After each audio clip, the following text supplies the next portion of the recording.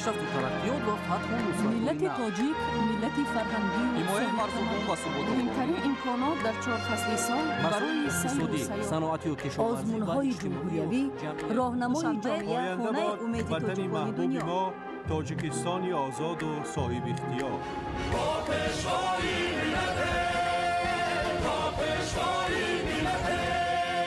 دوست باشید، اتفاق باشید، شکرانه همین دولت کنید، شکرانه همین سرزمین کنید، شکرانه کنید که چنین وطن عزیز و محبوب دارید.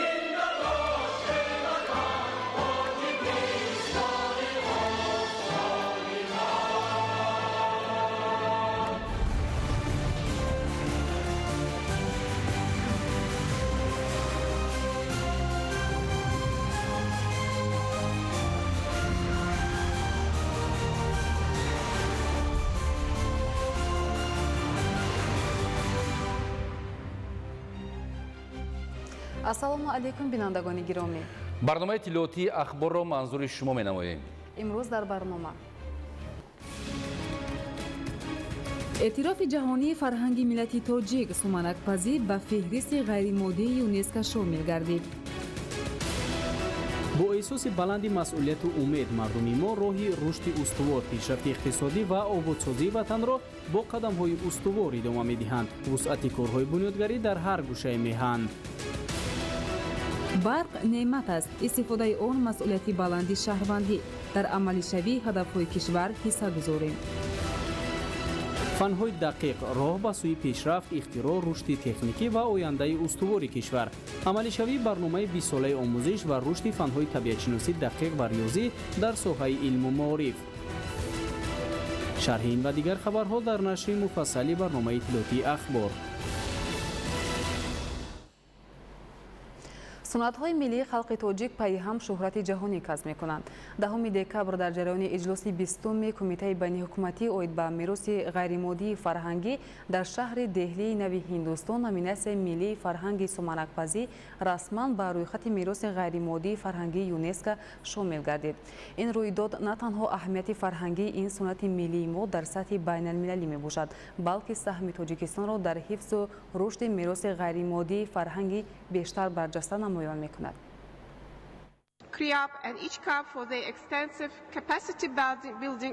хушхабар боз як навиди фарҳангӣ.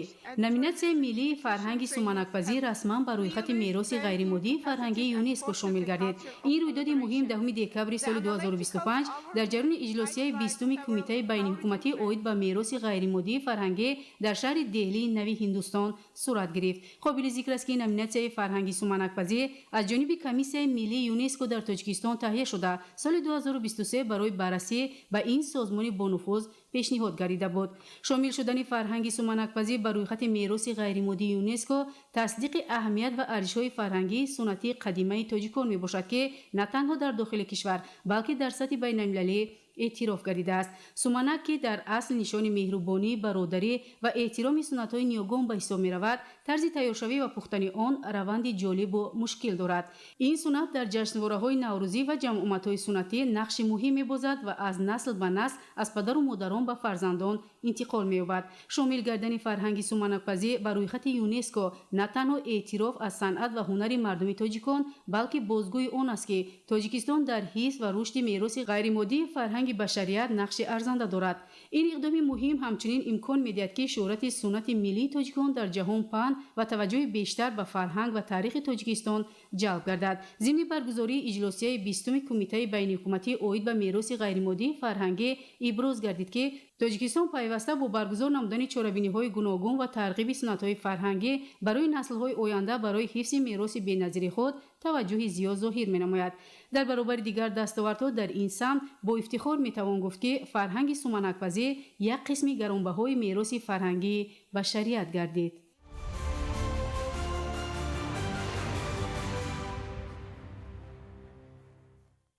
امروز تحت ریاست رئیس مجلس نمایندگان مجلس عالی جمهوری تاجیکستان فیضعلی ایدیزاده جلسه نوبتی اجلاسیه دوم مجلس نمایندگان مجلس عالی جمهوری تاجیکستان دعوت هفتم баргузор гардид.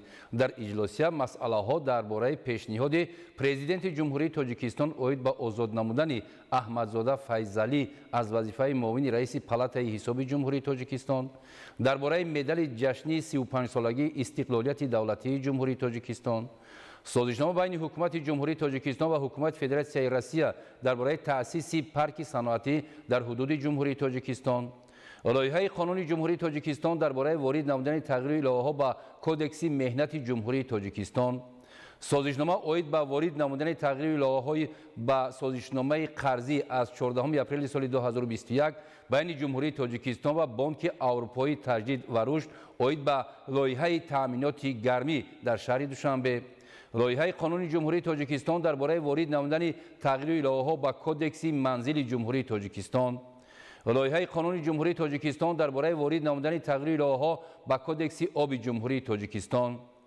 лоиҳаи қонуни ҷумҳурии Тоҷикистон дар бораи ворид намудани тағйири иловаҳо ба кодекси шаҳрсозии ҷумҳурии Тоҷикистон, лоиҳаи қонуни ҷумҳурии Тоҷикистон оид ба ворид намудани тағйири иловаҳо ба қонуни ҷумҳурии Тоҷикистон дар бораи таъмини ченаки ягона ва лоиҳаи қонуни ҷумҳурии Тоҷикистон оид ба ворид намудани тағйир ба қонуни ҷумҳурии Тоҷикистон дар бораи Бонки Миллии Тоҷикистон мавриди баррасӣ қарор гирифта, аз рӯи масъалаҳои баррасӣ гардида қарорҳои дахлдор қабул карда шуд.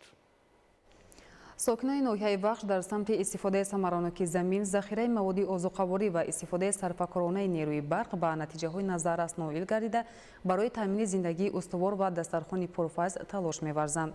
Натиҷаи омодагӣ ба давраи сардиҳои сол имкон фароҳам овардааст, ки сокинон рӯзгорашонро бе мушкилӣ идома диҳанд.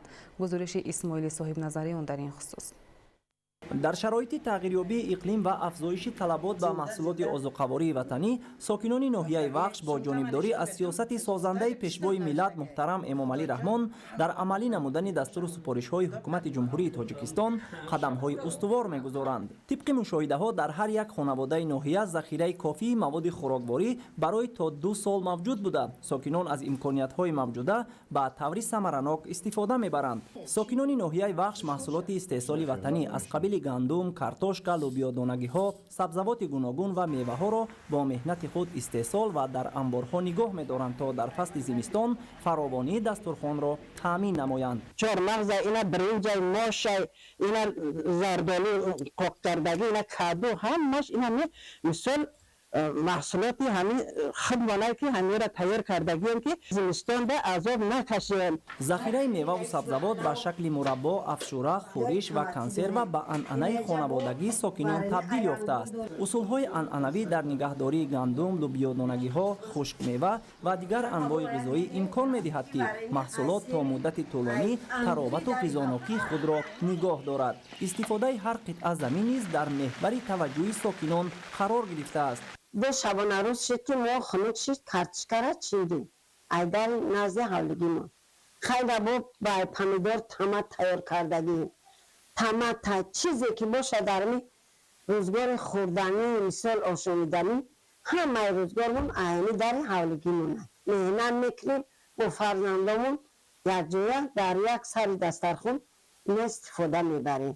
ҳамасола сокинони ноҳияи Вахш бо мақсади истифодаи самараноки нерӯи барқ дар фасли зимистон ба захираи ҳезум, ангишт ва дигар манбаъҳои алтернативии сӯзишворӣ таваҷҷӯҳ зоҳир менамоянд. истифодаи дурусти чунин манбаъҳо имкон медиҳад, ки сарфи нерӯи барқ коҳиш ёфта, хонаводаҳо хароҷоти худро камтар намоянд. дар натиҷаи корҳои фаҳмонидадиҳӣ ва дастгирии масъулини мақомоти иҷроияи ҳокимияти давлатии ноҳияи Вахш имрӯз мафҳуми захирасозии маҳсулот, истифодаи мақсадноки замин ва сарфакорона истифодабарии нерӯи барқ ба фарҳанги рӯзмарраи сокинон табдил ёфтааст.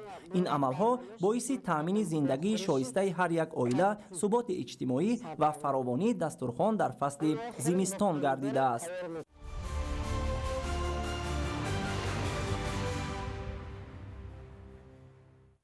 шудгори саривақтӣ ва босифати заминҳои мавриди кишт омили муҳими фаровонҳосилӣ дониста шуда, барои анҷоми ин амал мутахассисони соҳа истифодаи тракторҳои тасмачарх و دیگر تکنیک‌های ضروری را به خواجگیداران توصیه می‌دهند. کشاورزان ولایت ختلان با استفاده از باد و هوای مساعد و استفاده از تکنیک‌ها میدان‌های از حاصل خالی گشته را شودگار کرده در دیگر زمین‌های کشت شده آبمانی را به راه ماندند. گزارش در این خصوص. кишоварзӣ яке аз самтҳои асосӣ дар фаъолияти рӯзмарраи сокинони вилояти хатлон дониста шуда баҳри самаранок истифода бурдани заминҳои корам ва бо назардошти риояи талабот метавон ҳосили баланди зироатро ба даст овард. яке аз омилҳои муҳиме ки барои фаровонҳосилӣ мусоидат менамояд ин шудгори саривақтиву бо сифати майдонҳои мавриди кишт дониста мешавад. бо ин мақсад имрӯзҳо дар ҳама шаҳру ноҳияҳои вилояти хатлон хоҷагидорон дар ҳамкорӣ бо мутахассисони соҳа майдонҳои пахтазорро аз ғӯзапоя тоза карда шудгори онро анҷом медиҳанд. тавре масъулин иброз менамоянд маҳз шудгори бо сифати замин тавассути техникаҳои лозима имкон фароҳам овардааст ки кишоварзони вилоят бо рӯёнидани ҳосили фаровон ҳамасола дар миқёси ҷумҳурӣ аз аввалинҳо шуда дурнамои истеҳсолиро таъмин намоянд.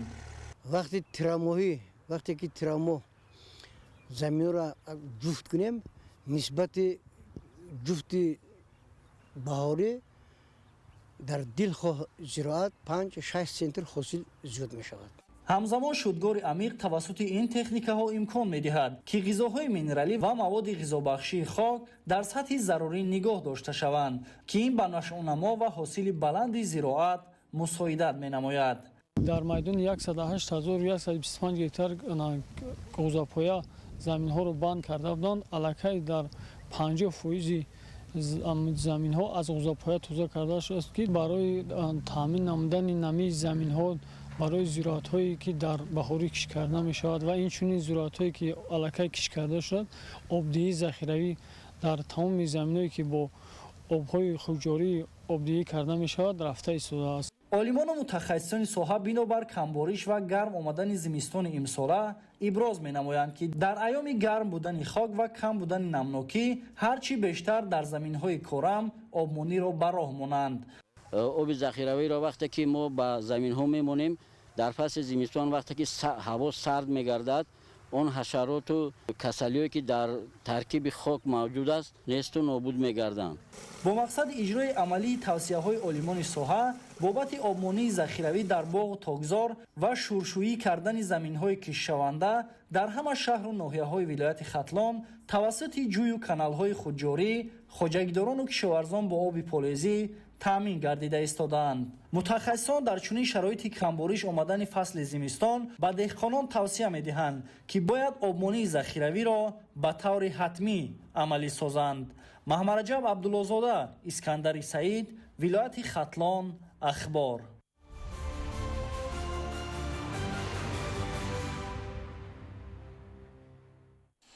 дар вилояти соғд дар ҳама шаклҳои хоҷагидорӣ зиёда аз 500 гармхонаи хурду калон мавҷуд буда дар фаслҳои зимистону баҳор манбаи асосии таъминоти аҳолӣ бо маҳсулоти тару тозаи кишоварзӣ ба ҳисоб меравад.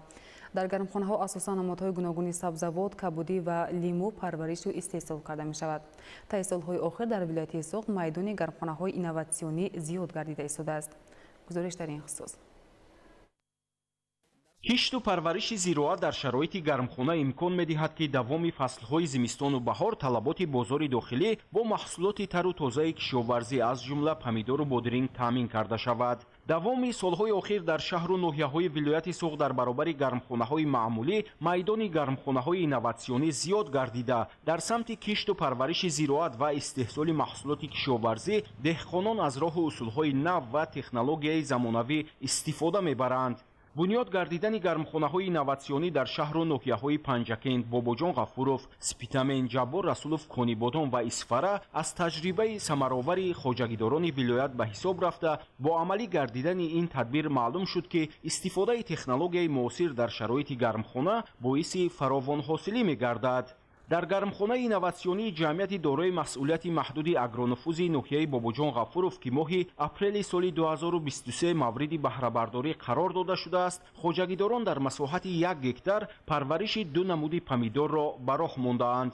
давоми соли равон аз ин гармхона ки аз рӯи стандарти евро 6 сохта шудааст, маротибаи дуюм ҳосил ҷамъоварӣ мешавад. технологияи гармхона истеҳсоли ҷумҳурии Кореяи Ҷанубӣ буда, зироат ба таври қатрагӣ оббиёрӣ ва бо ғизо таъмин мегардад. меъёри об ва ғизодиҳӣ тавассути компютер идора карда мешавад. дар як сол ду маротиба ҳосил мегирем. ҳозир ба ҳисоби дуюм ҳосил имсол ба охири сол ба бояд ҳамаша ҷамъоварӣ карда моҳи январ 5 то 10 кӯчатхона ҳозир тухмиҳои нав коштагӣ сабзонда мо бояд шинонем. ҳамин сол аз моҳи январ то майя ҳосил кардагӣ мо ҳосилот нақ шуд. 45 тонна помидор истеҳсол карда фурӯш баровардем. ҳамзамон дар вилояти Суғд сокинон дар заминҳои наздиавлигии худ гармхонаҳои хурду миёна бунёд намуда, бо истифода аз роҳу усулҳои пешрафта ва таҷрибаи озмудашудаи деҳқонони номдор зироати гуногуни кишоварзиро кишту парвариш менамоянд. сокинони деҳоти ба номи Ҳайдар Усмонов, унҷии ноҳияи Бобоҷон Ғафуров ва деҳмои ноҳияи Ҷаббор Расулов дар вилоят таҷрибаи шоистаи истифодаи замини наздиавлигӣ доранд. аксари сокинони деҳоти зикршуда дар фаслҳои зимистону баҳор парвариши сабзавот ва кабудиҳоро дар шароити гармхона ба роҳ монда, дар таъмини бозори дохилӣ саҳми назаррасу шоиста мегузоранд. ёдовар мешавем ки дар вилояти Суғд дар ҳамаи шаклҳои хоҷагидорӣ зиёда аз 500 гармхонаи хурду калон мавҷуд буда, дар фаслҳои зимистону баҳор манбаи асосии таъминоти аҳолӣ бо маҳсулоти тару тозаи кишоварзӣ ба ҳисоб мераванд. ба таъкиди кишоварзон дар оянда низ раванди парвариши сабзавот ва дигар намуди зироат дар гармхонаҳо тақвият бахшида мешавад ва хоҷагидорон бо истеҳсоли маҳсулоти тару тозаи кишоварзӣ дар таъмини бозори истеъмолӣ саҳми арзанда мегузоранд. зеро дар ҳудуди вилояти Суғд барои истеҳсоли маҳсулот дар шароити гармхона имконият бештар аст.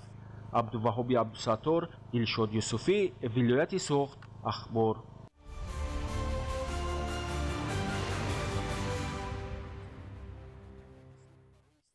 айни замон дар шаҳри Левакан 39 коргоҳ корхонаҳои истеҳсолию саноатӣ фаъолияти пурсамар дошта, дар онҳо зиёда аз 2000 нафар бо кор таъмин гардидаанд. аз фаъолияти корхонаҳои саноатӣ дар шаҳри Левакан ҳамкорони мо гузориш медиҳанд. левакан ки аз шаҳрҳои саноатӣ дар вилояти Хатлон ба ҳисоб меравад, соласол дар заминаи дастуру супоришҳои пешрои миллат муҳтарам Эмомалӣ Раҳмон ва ба хотири рушди соҳаи саноат дар мамлакат коргоҳу корхонаҳои хурду бузурги истеҳсолию саноатӣ бунёд ва мавриди истифода қарор мегиранд. ҷамъияти дорои масъулияти маҳдуди хисравсохтумон дар шаҳри Левакан бо истеҳсоли хишти пухта машғул буда, дар он дар як шабонарӯз зиёда аз 60 000 дона хишт истеҳсол ва пешкаши харидорон карда мешавад. ин коргоҳи истеҳсолӣ маҳз ба хотири рушди соҳаи саноат бунёд ёфта, маҳсулоти истеҳсолшуда бо сифати баланд ва ҷавобгӯ ба талаботи меъмориву сохтумонӣ пешниҳоди харидорон карда мешавад. ҳарчанд ки зиёда аз 30 нафар коргарон дар ин ҷо фаъолият менамоянд, вале дастгоҳу таҷҳизот ва техникаҳои муосири худкор бошад, ба таври автоматӣ ва бо суръати баланд бештари корҳои заруриро анҷом медиҳанд. гуфтан ба маврид аст ки дар доираи иқдомҳои бунёдкорӣ бахшида ба ҷашнҳои миллӣ, бахусус 35-солагии истиқлоли давлатӣ, ки дар ҳама шаҳру ноҳияҳои кишвар раванди созандагиҳо бо маром идома дорад, ҷамъияти дорои масъулияти маҳдуди хисравсохтумони шаҳри Леваканд дар таъмини бинокорон бо ин нави маҳсулоти сохтумонӣ ҳиссаи муносиб гузошта истодааст. мувофиқи маълумоти масъулини соҳа, маҷмӯи маҳсулоти саноатӣ дар шаҳри Левакан дар соли 2025 518 миллиону 217,5 ҳазор сомониро ташкил намудааст, ки ин 118% нақшаро ташкил медиҳад. бо мақсади пиёда сохтани яке аз ҳадафи чоруми миллӣ, саноатикунонӣ бо суръати кишвар, то ин ҷониб дар шаҳри Левакан 39 корхонаи саноативу истеҳсолӣ, ки самти фаъолияташон ба истеҳсоли маҳсулоти гуногун равона карда шудаанд, бо таъсиси зиёда аз 2000 ҷойи нави корӣ ба истифода дода шудааст. ҷамъияти дорои масъулияти маҳдуди парки инноватсионии саноативу технологияи шаҳри Леваканд аз зумраи корхонаҳои навбунёде мебошад, ки бо навтарин технологияи соҳавӣ муҷаҳҳаз буда, иқтидори баланди истеҳсолӣ дорад. корхонаи мазкур дорои шароити муносиби корию истеҳсолӣ ва боркашонии ашёи хому маҳсулоти тайёр мебошад. масъулин кӯшиш ба он доранд, ки бо вусъат ёфтани раванди корҳои ободониву созандагӣ дар корхона ҳаҷми истеҳсоли маҳсулоти саноатиро зиёд намуда, ба ин васила дар амалӣ гардидани ҳадафи стратегии мамлакат саҳмгузор бошанд. корхонаи моҳи ноябри соли 2024 таъсис ёфт ва ба фаъолият шурӯъ кард. дар корхонаи мо زیاده از 36 نفر به کار تامین شدند. کارخانه ما از 6 کارگاه عبارت است.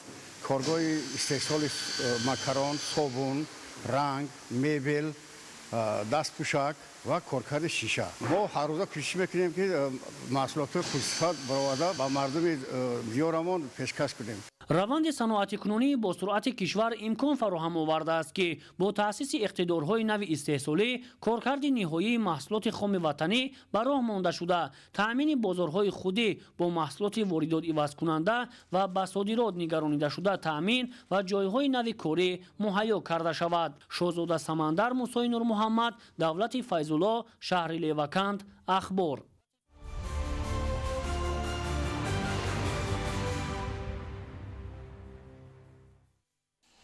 در شهر خوروغ روند تطبیق برنامه‌های رشد اجتماعی و اقتصادی با مرام ادامه دارد.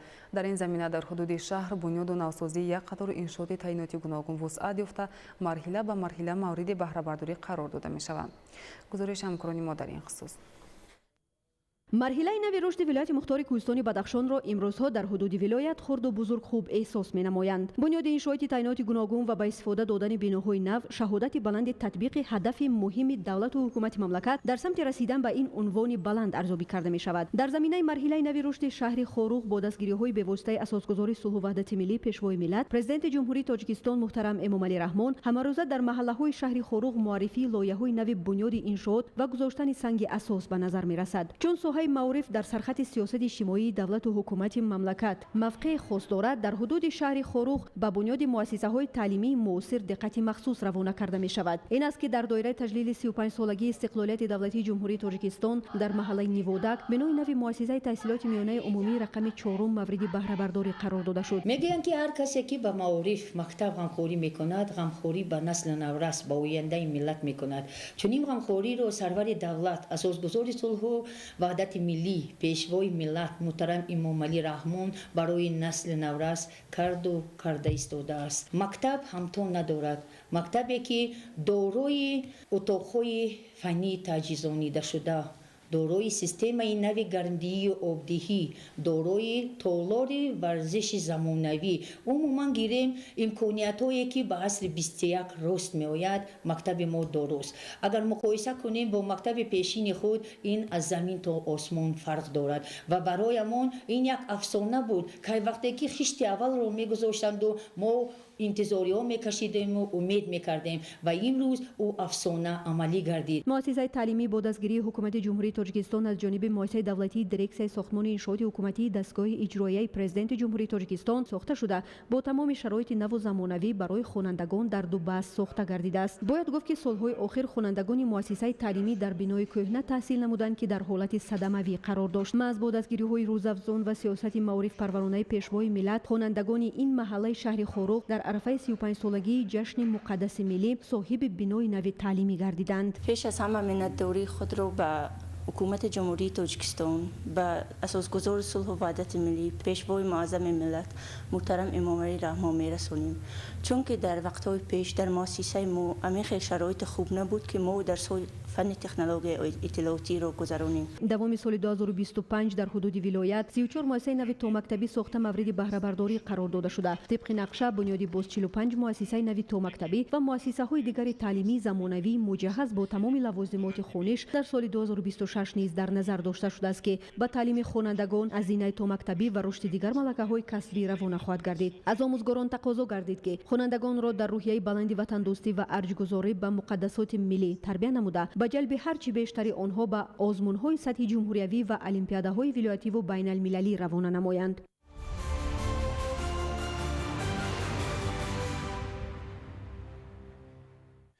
انرژتیکا ساحه مهمترین پیشبرد اقتصادیات و اجتماعیات به شمار می رود. منبع اساسی استحصال قوای برق این ذخیره‌های آبی مملکت می باشند. بنابراین امروز از طرف حکومت جمهوری تاجیکستان تمام تدبیرها اندیشیده می شوند که ذخیره‌های آبی کشور ثمرناک استفاده گردند. همکاران ما در این خصوص گزارش می دهند. баланд бардоштани сатҳи маърифатнокии аҳолӣ дар самти самаранок истифодабарии нерӯи барқ яке аз омилҳои асосӣ ҷиҳати рафъи мушкилоти мавҷудаи соҳа, пешгирии хароҷоти барзиёди маблағ ва дар маҷмӯъ афзоиши сатҳи иқтисодиёт мебошад. Вобаста ба ин дар прокуратураи ҳарбии гарнизони Кӯлоб ва қисми ҳарбии 13483 шаҳри Кӯлоб бо иштироки намояндагони раёсати агентии назорати давлатии энергетикӣ назди президенти ҷумҳурии Тоҷикистон дар минтақаи Кӯлоб чорабинии маърифатӣ баргузор карда шуд. Аснои суханронӣ таъкид гардид ки мақсад аз амалисозии тадбири мазкур дар ҳамоҳангӣ бо кормандони ҳифзи ҳуқуқ, мутахассисони соҳа ва дигар фаъолон дар доираи татбиқи ҳадафҳои ҳукумати мамлакат мукаммалгардонии донишҳои зарурии соҳавӣ ва пурзур намудани чораҳои назоратӣ оид ба пешгирии ғайриқонунӣ ва сарфакорона истифодаи нерӯи барқ дар байни аҳолӣ ва дигар ташкилоту муассисаҳо мебошад. ҳамзамон дар байни иштирокдорон саволу ҷавоб ва суҳбати ошкоро доир шуда мутахассисон изҳор доштанд ки омили асосии давраи муваққатии маҳдудияти нерӯи барқ дар кишвар аз ҳисоби таъсири тағйирёбии иқлим ва кам шудани бориши барфу боронҳо буда, дар ин асно аз ҷониби ҳар як муштарӣ истифодаи дастгоҳҳои каммасрафи барқӣ ва самаранок истифодаи нерӯи барқ ба маврид ва мусоидат дар пешрафти ҷомеа мебошад. яке аз сабабҳои ҳамин асоси нарасидани қувваи барқ имрӯз маҳдудият гардонӣ ин норасоии об мебошад дар доираҳои вахш ки як муваққатист. новобаста аз он ки дар ҷомеаи имрӯза мо дар кадом самтҳо фаъолият менамоем, мо бояд тарзи дурусти истифодаи самараноки нерӯи барқро ба роҳ монем. ҳамчунин дар ҷараёни чорабинӣ ба афсарону кормандони қисми ҳарбӣ нусхаи маълумотномаҳо дастрас гардида, ҳадафи асосии ба роҳ мондани чунин чорабиниҳои маърифатиро мусоидат кардан дар рушди босуботу ояндаи дурахшони мамлакат арзёбӣ намуданд. ҷумҳурии Тоҷикистон дорои дигар манбаъҳои барқароршавандаи энергия мебошад, чун таҷриба исбот кардааст ки қувваи барқ аз ҳисоби сарчашмаҳои барқароршавандаи энергия дар кишвар зиёд аст. мо бояд гузариш ба ин намуди сарчашмаҳоро ба роҳ монем. гузарондани корҳои фаҳмондадӣ ба дигар намудҳои сӯзишвории алтернатив истифода кардани шаҳрвандон ба монанди панелҳои офтобӣ. ҷумҳурии Тоҷикистон дар як сол қариб аз 280 то 300 рӯзи офтобӣ дар назар аст. аз ин ро метавонанд ки аз панелҳои офтобӣ истифода баранд. дар ҳолати истифода кардани аз манбаъҳои дигари алтернативӣ барои кӯмак расондан ба системаи энергетикӣ восита шуда метавонад. бо мақсади таъмини истифодаи самараноку оқилонаи нерӯи барқ ва баланд бардоштани сатҳи донишҳои аҳолӣ оид ба риояи меъёрҳои истифодабарии таҷҳизоти барқӣ, мутахассисони раёсати агентии назорати давлатии энергетикӣ дар шаҳру ноҳияҳои тобеи ҷумҳурӣ дар шаҳри Турсунзода корҳои фаҳмондадиҳиро роҳандозӣ намуданд. ҳама рӯза дар байни истифодабарандагони нерӯи барқ корҳои фаҳмондадиҳӣ оиди сарфакорона ва самаранок истифода бурдани нерӯи барқ гузаронда истодаем. тавре коршиносон иброз медоранд, сарфакорона истифода бурдани нерӯи барқ дар кишвар имкон медиҳад ки аз ин ҳисоб иқтидори нерӯи барқ дар ин давра зиёд гардида, таъминоти аҳолӣ бо барқ беҳтар гардад.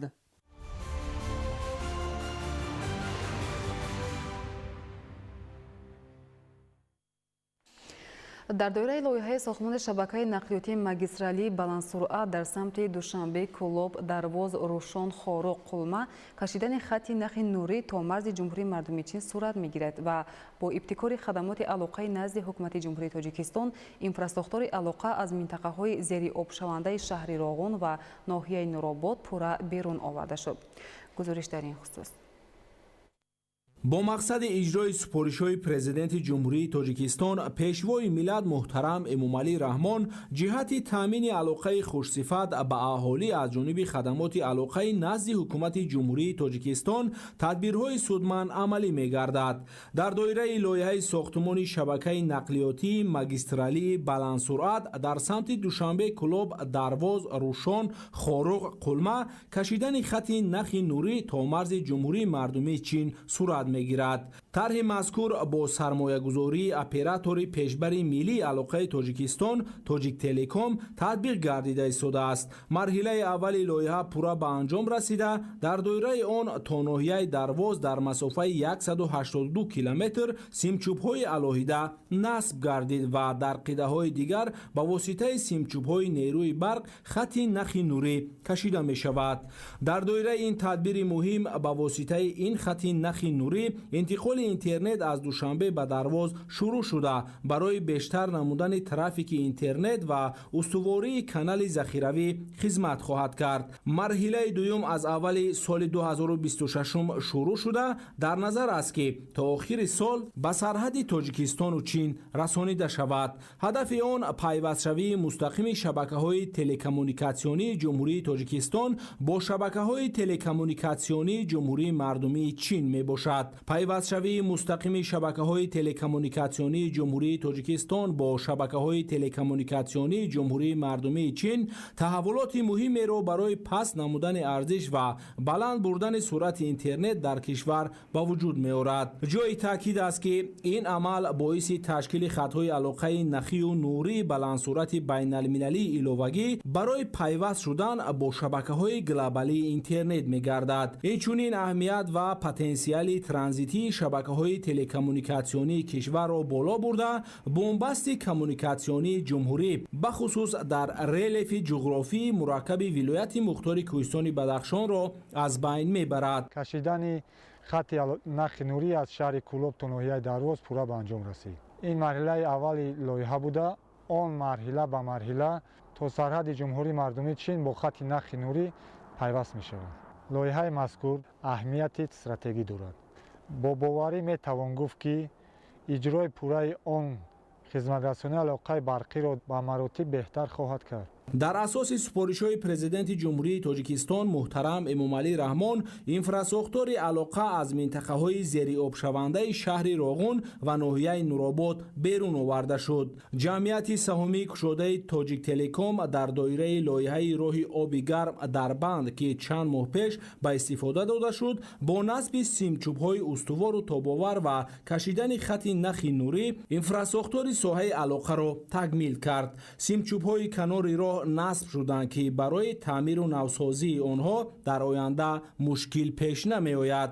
مسافه این طرح مهم 90 کیلومتر را در بر گرفته به استانداردهای معاصر ساختمانی و تکنیکی جوابگو می باشد. با تکمیل کارهای تکنیکی چند روز قبل اینترنت ثابتی با اعتماد و بلند سرعت بین شهرک آبیگرم و شهرک دربند پیوست شد. در اساس این لایحه با نصب سیمچوب‌ها خط نخ نوری از منطقه آبیگرم تا شهرک دربند کشیده شد. بیش از 90% کار تکنیکی انجام یافته. بعضی کارهای وصلکنی باقی مانده است. روزهای نزدیک تامین علاقه شروع می شود.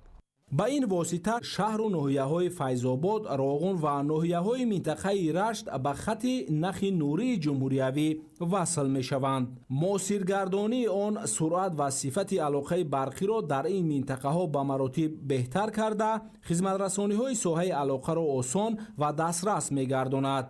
اکنون در برابر مؤسسه‌های دولتی و تشکیلات‌های خصوصی، ساکنان نیز می‌توانند به اینترنت ثابتی با اعتماد و ارزان تامین شوند. با این واسطه امکان فراهم می شود که سرعت رقمی کنانی ساحه‌های گوناگون اقتصادی و اجتماعی گسترش یابد.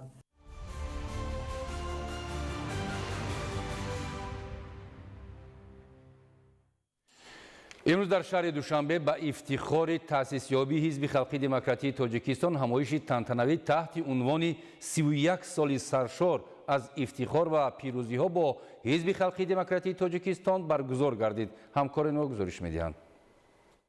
امروز در شهر دوشنبه همایش تحت عنوان 31 سال سرشار از افتخار و پیروزی ها با حزب خلقی دموکراتی تاجیکستان برگزار گردید. ذکر شد که حزب خلقی دموکراتی تاجیکستان چون نیروی سیاسی در تحکیم دولتداری ملی، وحدت ملی و پیشبرد حیات جامعه نقش مؤثر دارد. همزمان سهم ارزنده پیشوای ملت رئیس معظم حزب خلقی دموکراتی تاجیکستان محترم امامعلی رحمان در سازندگی و بنیادکاری و راهنمایی خلق به سوی ثبات سیاسی و رشد مخصوص تاکید گردید. حزب خلقی دموکراتی تاجیکستان از عمق دل خلق ریشه گرفته با فرهنگ پرقناوت ملی پیوند ناگسستنی دارد. تاکید گردید که حزب خلقی دموکراتی تاجیکستان از روزهای اول تأسیس یابی چون حزب سازنده و بنیادکار برنامه خود را در اساس منفعت‌های خلق و احترام گذاشتن به ارزش‌های ملی عملی نموده، محبوبیت و مقام خاصه пайдо намуд.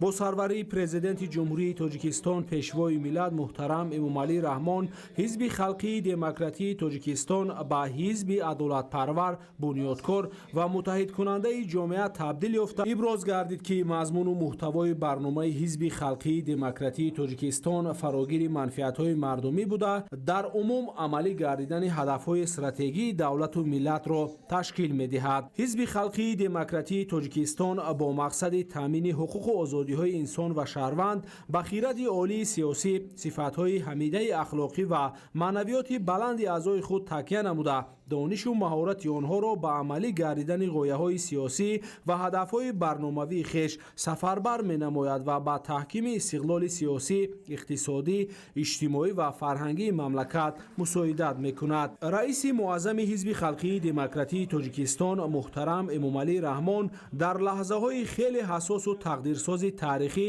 масъулияти бузурги таҳкими пойдевори низоми нави давлатдориро ба зимма гирифта бо ташаббуси қабули қарорҳои қатъӣ ва роҳнамоии мардум барои татбиқи онҳо тоҷикистонро дар як муддати кӯтоҳ аз фарози фурсати таърихи кӯтоҳтарин ба суботи комил оварда расониданд. таҷрибаи фаъолияти ҳизби халқии демократии тоҷикистон нишон медиҳад ки он ҳизби мардумӣ буда ҳамеша дар тамоми самтҳои ҳаёти ҷомеа фаъолияти назаррас дорад. дар охир барномаи пуршукӯҳи фарҳангӣ бо иштироки ҳунармандон ба ифтихори рӯзи таъсисёбии ҳизби халқии демократии тоҷикистон пешниҳоди ҳозирин гардид.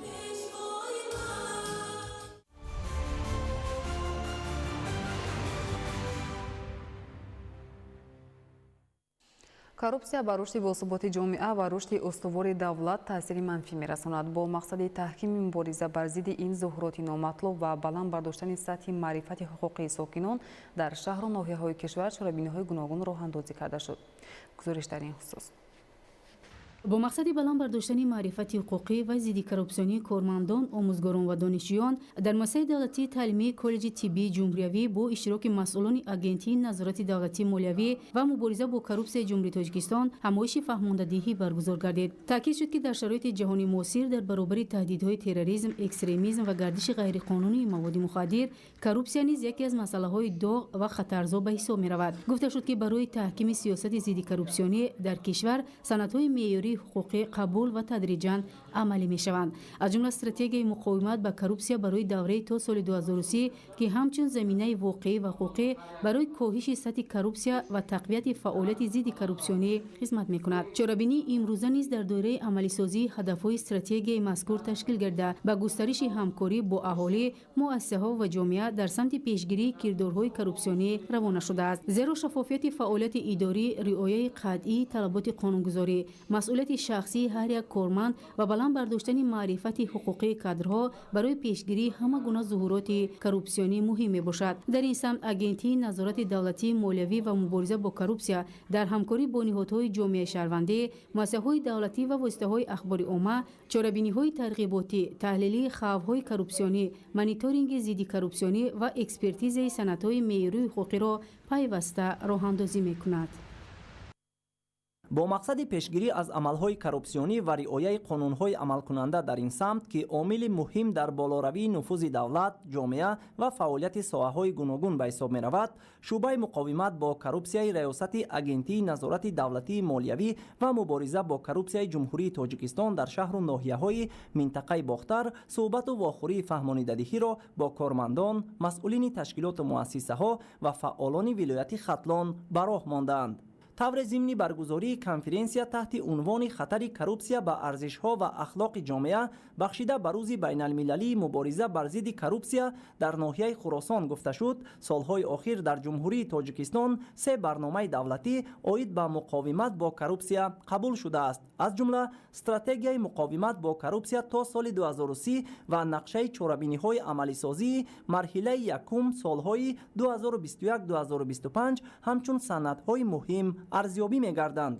зикр гардид ки тибқи назарсанҷиҳои байналмилалӣ коррупсия дар ҷаҳони муосир ба рушди иқтисодиву иҷтимоӣ ва таъмини ҳуқуқу озодиҳои инсон монеаҳои ҷиддӣ эҷод мекунад. با در نظر داشت این از روزهای اول استقلالیت مسئله مبارزه با کروپسیا در محور سیاست خردمندانه پرزیدنت جمهوری تاجیکستان پیشوای ملت محترم امامعلی رحمان قرار داشته تدبیرهای ضروری تشکیلی و حقوقی برای تحکیم فضای ضد کروپسیونی عملی کرده شدند. در ادامه مسئولین و کارمندان ساختارهای گوناگون دولتی در ناحیه خراسان اوید به ماهیت تطبیق سندهای معیاری و حقوقی در سمت مبارزه با کروپسیا و نقش هر یک شهروند جامعه ابراز نظر کردند. برگزار نمودن چنین واخوری ها برای بالا بردن مسئولیت شناسی شهروندان مهم ارزیابی کرده شد، زیرا هر یک نفر نوابسته از جای فعالیت از این ملاقات ها معلومات مفید گرفته من بعد در پیشگیری از عملهای کروپسیونی حس مسئولیت بیشتر احساس خواهد کرد. روز بین المللی مبارزه با کروپسیا همساله جامعه جهانی را با مناسبت تحکیم عدالت، شفافیت و مسئولیت شهروندی به هم می‌آورد. امسال نیز در شهر پنجکین با تشبث مقامات محلی و ساختارهای داخلدار همایش منطقوی تحت عنوان در همبستگی بر ضد کروپسیا مقاومت می‌نماییم برگزار گردید که در آن نمایندگان شهر و ناحیه‌های وادی زرافشان شرکت ورزیدند. در آغاز همایش مسئولان تاکید نمودند که مبارزه با کروپسیا تنها با تلاش یک نهاد امکان‌پذیر است. همکاری مقامات دولتی، جامعه شهروندی، واسطه‌های اخبار عامه و هر یک شهروند شرط اساسی برای کاهش دادن این ظهورات نامطلوب میباشد. ذکر کرده شد که تامین شفافیت در فعالیت خدمتچیان دولتی، جاری نمودن اصولهای معاصر پیشنهاد و دسترسی خدمت‌رسانی‌ها، همچنین بالا بردن مسئولیت شخصی از عنصرهای مهم پیشگیری کروپسیا محسوب می‌یابد. در ادامه همایش مسئولان ساختارهای گوناگون شهر پنجکین و ناحیه‌های وادی زرافشان فکر و ملاحظه‌های خود را دایر بر راه‌های پیشگیری، آشکارسازی و کاهش عامل‌های کروپسیونی بیان نمودند. آنها تاکید کردند که نگاه داشتن سطح بلند معرفت حقوقی اهالی و بالا بردن فرهنگ ضد کروپسیونی در جامعه از دیگر وظیفه‌های کلیدی میباشد. قید گردید که اجرای برنامه‌های دولتی در ساحه مبارزه با کروپسیا، رشد رقمی‌سازی خدمت‌رسانی‌های دولتی و تحکیم نظارت از بالای استفاده مبلغ‌های بودجتی به هدف‌های استراتژی مساعدت می‌کنند. در این ردیف رقمی‌گردانی و شفاف‌سازی نظام بهترین راه برای کاهش عامل‌های فسادکاری میباشد. مسئولان بیان نمودند که تشکیل کورس‌های آموزشی، بالا برداشتن سویه دانش خدمتچیان دولتی و اجرای قطعی قانونگذاری ضد کروپسیونی باید به یک عمل همیشگی تبدیل یابد. این چنین ذکر گردید که تربیت نمودن نسل جوان در رویه عدالت، مسئولیت و احترام به قانون این سرمایه‌گذاری با آینده بدون کروپسیا میباشد. همایش منطقوی پنجکین بار دیگر ثابت ساخت که مبارزه با کروپسیا تنها در صورت همبستگی عمومی نتیجه دلخواه می‌دهد. شفافیت، مسئولیت و عدالت عامل اساسی پیشرفت دولت و جامعه میباشد. در آخر با آن نفرانی که در تطبیق سیاست ضد کروپسیونی سهم نظر است داشتند سپاسنامه‌ها سپاریده شد. دلیری بازار، خیام جورزاده، شهر پنجکین، اخبار.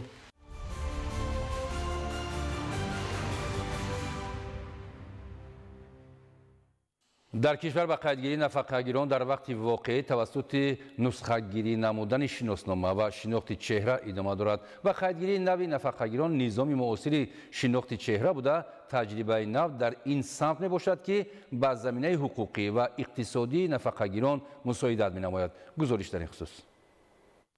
با مقصد آسان‌تر نمودن خدمت‌رسانی‌ها و تصدیق بخفیت شخصیت نفقه‌گیران، агентии суғуртаи اجتماعی و نفقه نزد حکومت جمهوری تاجیکستان برنامه فیصدی شناخت چهره را آماده نموده در قلمرو کشور به راه مانده است. برنامه مذکور در اساس اعلام گردیدن سالهای رشد اقتصادی رقمی و اینوواسیا اعلام گردیدن سالهای 2025-2030 به راه مانده شده است. در برنامه فیصدی به قید گرفتن نفقه‌گیران طریق شناخت چهره امکان می‌دهد که خدمت‌رسانی به نفقه‌گیران بهتر گردیده به رشد و بالا برداشتن نظام خدمت‌رسانی‌های ساحه مساعدت می‌نماید.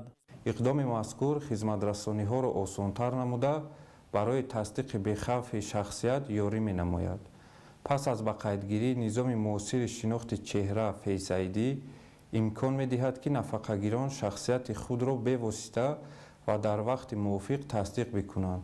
هدف از رقمی کنونی تأمین شفافیت ва баланд бардоштани самаранокии кори системаи нафақа мебошад. 84127 нафар нафақагире ки дар шаҳри Душанбе зиндагӣ мекунанд, то ин ҷониб 45% онҳо дар барномаи шинохти чеҳра ба қайд гирифта шуданд. Ба қайдгирии нафақагирон дар вақти воқеӣ тавассути нусхагирӣ намудани шиноснома ва шинохти чеҳра ба роҳ монда мешавад. Ба қайдгирии нави нафақагирон низоми муосири шинохти чеҳра буда таҷрибаи нав дар ин самт мебошад ки ба заминаи ҳуқуқӣ ва иқтисодии нафақагирон мусоидат менамояд.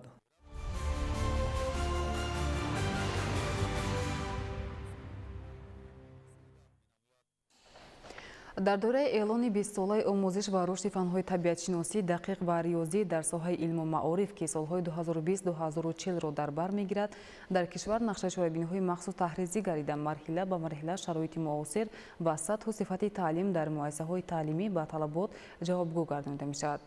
гузориш дар ин хусус.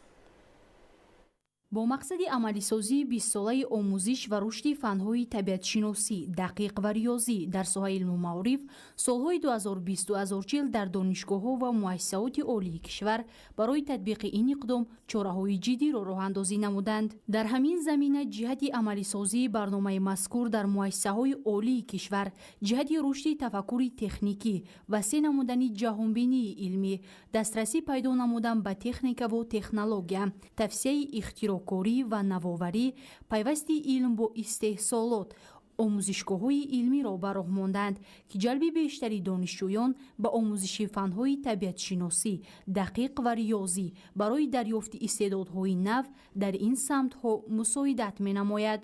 ин шароит имкон медиҳад ки донишҷӯёни донишгоҳҳо омӯзиши назариявиро бо малакаҳои амалӣ ва ҳалли инноватсионии масъалаҳои энергетикӣ пайваст намоянд. ин раванд пурра ба ҳадафҳои 20-солаи омӯзиш ва рушди фанҳои табиатшиносӣ, дақиқ ва риёзӣ ҳамоҳанг буда, бо баланд бардоштани тафаккури илмии ҷавонон ва омода намудани кадрҳои баландихтисос дар соҳаи энергетика хизмат мерасонад. дар кафедраи электротаъминкунӣ дар соли хониши соли ҷорӣ якчанд таҷҳизотҳои нав ворид гардид, аз ҷумла лавҳаи озмоишии оихдори худбари оихдор ворид гардид ки ин барои талафоти энергияи электрикиро кам кардан дар шабакаҳои электрикӣ кӯмак мерасонад ва донишҷӯёни мо ба ҷиҳати чӣ хел истифода намудан ва васл намудани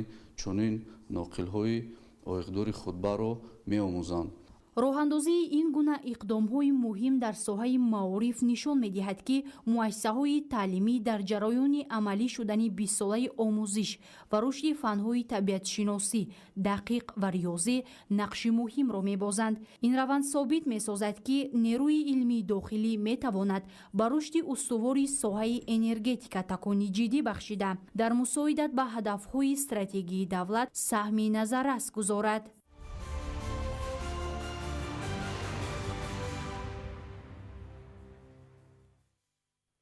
бо дар назардошти афзоиши талаботи аҳолӣ ба гӯшт ва шири босифат, такмили усулҳои хушкзодкунии чорво тавассути биотехнологияи муосир муҳим ҳисобида шуда, фаъолияти муассир дар самти бордоркунии сунъӣ ва баҳодиҳии ирсии чорво роҳи боэътимоди расидан ба маҳсулнокии баланд ва таъмини бозор бо маҳсулоти ватанӣ арзёбӣ мешавад.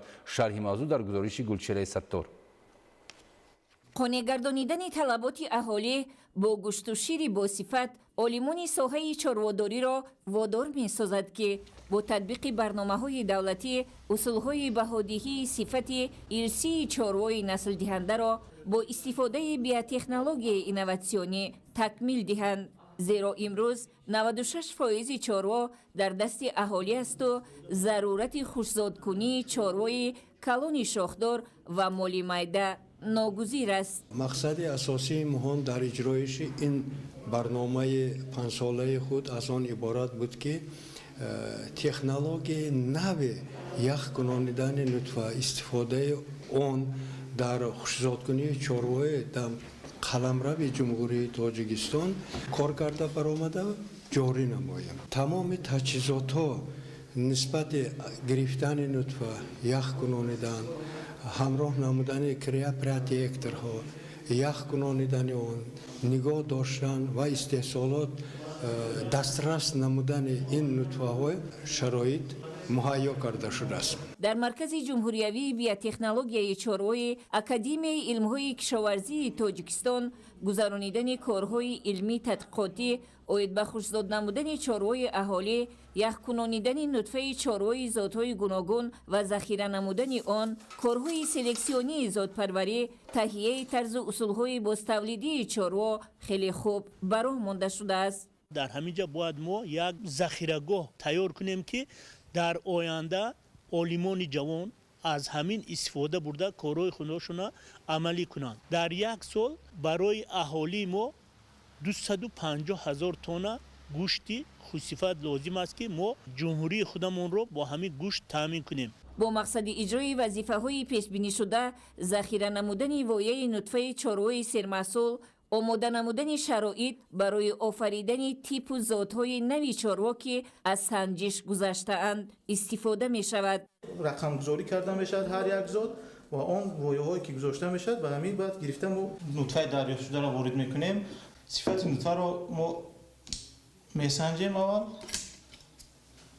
аз рӯи сифати нутфа онро дар махсус фотометр зичии нутфаро муайян мекунад ки дар он мо зичии муайянро дида баъд аз он хулоса мебарем ки чанд маҳлул андозем, корҳоро давом медиҳем дар самт. асосан фаъолияти фермаи мо тайёр намудани зоти чорвои калон ва аз он ҷавонаҳое гирифта тайёр кардан барои нутфа гирифтан аст. бо мақсади он ки аз чорвои бордоркардашуда насли солим ба даст ояд, яке аз омили муҳим ин қобилияти бордоркунии нутфа ва муайян кардани нишондодҳои истеҳсолӣ аст. мо ҳозир се намуди нутфа дорем аз зотҳои сиёҳалои голштинӣ ва шведӣ.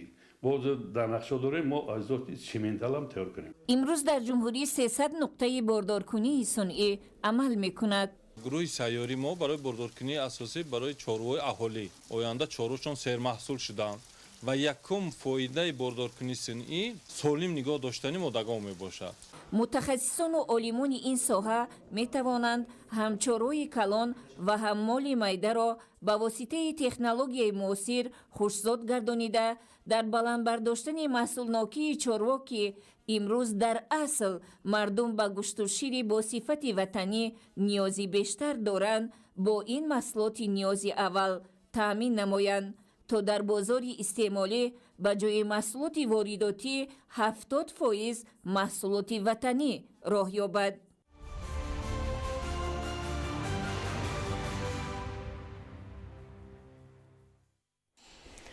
дар саҳифаи навбатии барнома ҳамкоронамон шуморо бо хабарҳо аз хориҷи кишвар шинос менамоянд.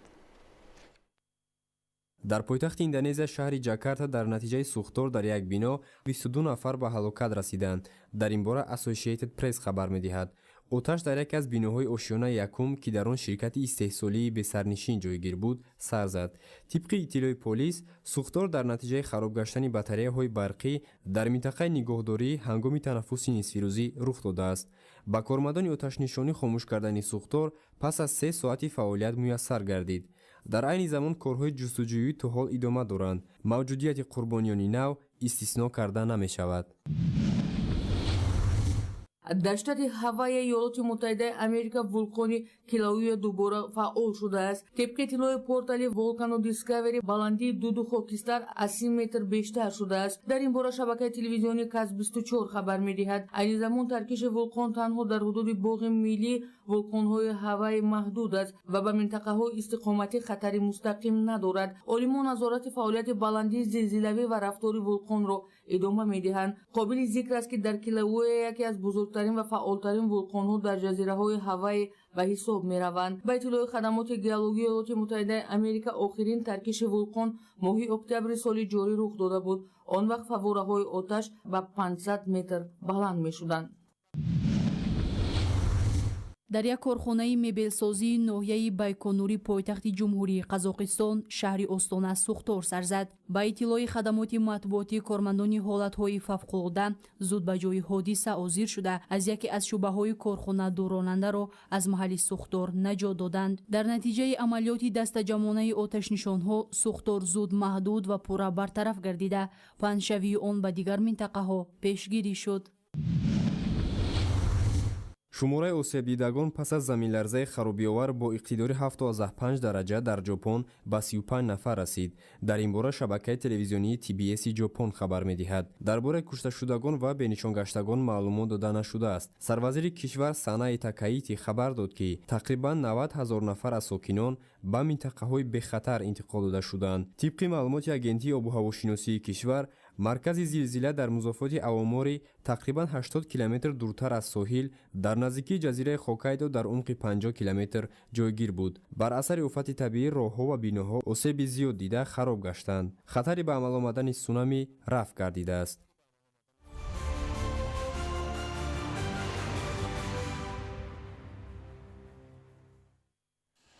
дастаи истиқлоли шаҳри душанбе бозии мавқуфмондаи даври 19-уми чемпионати футболи тоҷикистонро бо тими вахши шаҳри бохтар бо ҳисоби 1-1 ба анҷом расонид. ин натиҷа имкон дод ки дастаи истиқлоли шаҳри душанбе ғолиби мусобиқоти имсолаи лигаи олӣ шуда бори 14-ум ба унвони чемпионӣ мушарраф гардид.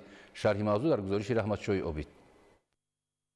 баъди чанд рӯз мавсими футбол дар тоҷикистон ҷамъбаст мегардад. дастаи истиқлоли шаҳри душанбе бозии мавқуфмондаи даври 19-уми чемпионати футболи тоҷикистонро бо тими вахши бохтар бо натиҷаи 1-1 ба поён расонд. ин натиҷа имкон дод ки дастаи истиқлоли шаҳри душанбе ғолиби чемпионати имсолаи лигаи олӣ шуда бори 14-ум ба унвони чемпионӣ мушарраф шаванд. бозии мавқуфмондаи даври 19-уми мусобиқот миёни дастаи вахш ва истиқлол дар варзишгоҳи пахтакори шаҳри бохтар дар ҳудуди 5500 тамошобин доир гардид. душанбегиҳо солҳои 2010, 2011, 2014, 2025 барандаи медалҳои тиллои мусобиқоти қаҳрамонии тоҷикистон миёни дастаҳои лигаи олӣ шуданд. дастаи вахш бо роҳбарии сармураббӣ Зариф Усмонов дар мусобиқоти лигаи олӣ хеле ҳам хуб ҳунар намоӣ намуда бо 45 хол мақоми дуюмро касб намуд ва соҳиби медали нуқра гардид. клуби марказии варзиши артиши шаҳри душанбе ки 37 имтиёз гирифт, медалҳои биринҷии чемпионати тоҷикистонро дар соли 2025 ба даст овард. дастаи ҳулбики ноҳияи восе ки бо 13 имтиёз дар зинаи 11 ҷойгир шуд, бо дастаи сардори шаҳри Турсунзода барандаи медалҳои нуқраи мусобиқоти лигаи якум барои боқӣ мондан дар лигаи олии тоҷикистон 2026 бозиҳои гузаришӣ анҷом медиҳад. бозии аввали ин дастаҳо 7 декабр дар варзишгоҳи марказии шаҳри душанбе бо натиҷаи мусовии 2-2 ба анҷом расид. бозии дуюм ва тақдирсоз 10 декабр дар шаҳри душанбе доир мешавад. дастаи паншери ҷалолиддини балхӣ ки дар ҷадвали мусобиқоти имсола зинаи охирро ишғол кард, лигаи олиро тарк намуд. ба ҷои паншер соли оянда дар мусобиқоти лигаи олӣ тими парвози фурудгоҳи шаҳри Хуҷанд ки дар лигаи якум ғолиб шуд иштирок хоҳад кард.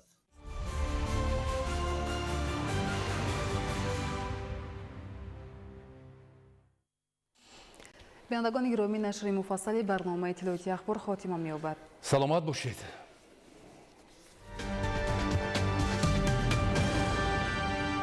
салом бинандагони гиромӣ, шуморо бо вазъи ҳавои мамлакат барои пагоҳ 11 декабри соли 2025 шинос менамоем. мутахассисони агентии обуҳавошиносии мамлакат иттилоъ медиҳанд ки дар вилояти мухтори кӯҳистони Бадахшон ҳавои тағйирёбандаи бебориш пешгӯӣ мешавад. ҳарорати ҳаво дар ғарби вилоят шабона 2-7 дараҷа хунук, рӯзона 2-7 дараҷа гарм. дар шарқи вилоят шабона 13-18 дараҷа хунук, рӯзона аз 4 дараҷа хунук то 1 дараҷа гарм мешавад. дар вилояти Хатлон ҳавои тағйирёбанда асосан бебориш пешгӯӣ мешавад. ҳарорати ҳаво шабона 6-8 дараҷа гарм, рӯзона 18-20 дараҷа гарм мешавад. дар вилояти Суғд ҳавои тағйирёбанда пешгӯӣ шуда дар баъзе ноҳияҳо боришоти борон ва барф ба амал меояд. ҳарорати ҳаво дар водиё шабона то 5 дараҷа гарм, рӯзона 5-10 дараҷа гарм. дар ноҳияҳои кӯҳӣ шабона 2-7 дараҷа хунук, рӯзона 1-6 дараҷа гарм мешавад. در ناحیه‌های تابع جمهوری هوای تغییریابنده در وادی‌ها اساساً به بارش پیشگویی می‌شود. در ناحیه‌های علایده کوهی بارشات باران و برف به عمل آمده در بعضی ناحیه‌ها تمن می‌فراید. حرارت هوا در وادی شبانه 4-9 درجه گرم، روزانه 12-17 درجه گرم. در ناحیه کوهی شبانه از 3 درجه خنک تا 2 درجه گرم، روزانه 2-7 درجه گرم می‌شود. در شهر دوشنبه هوای ابرناک اساساً به بارش پیشگویی شده تمن می‌فراید. حرارت هوا شبانه 8-10 درجه گرم، روزانه 15-17 درجه گرم می‌شود. بینندگان گرامی، در همه گونه وضع هوا به شما تعبیر خوش و بالیده را تمنا داریم. خیر، سلامت باشید.